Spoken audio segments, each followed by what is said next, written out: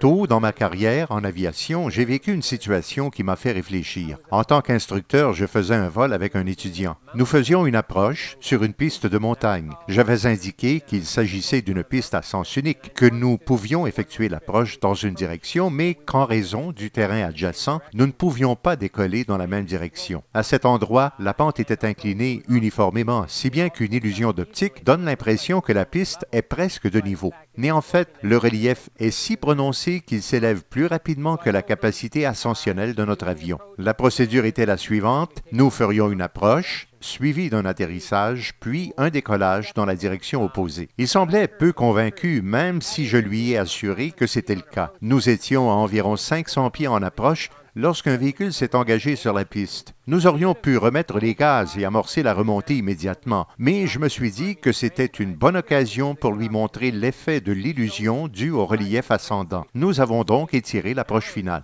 Mais j'ai été pris par surprise. C'est une chose d'expliquer un phénomène à un étudiant, mais c'est une autre histoire que de vivre la situation. La pente était vraiment prononcée. En 2 instants, nous étions presque à la hauteur des arbres. Il a fallu ralentir à la vitesse de pente de montée maximale, puis virer en douceur pour nous tirer de cette impasse. L'expérience s'est avérée une bonne leçon sur les illusions d'optique en montagne.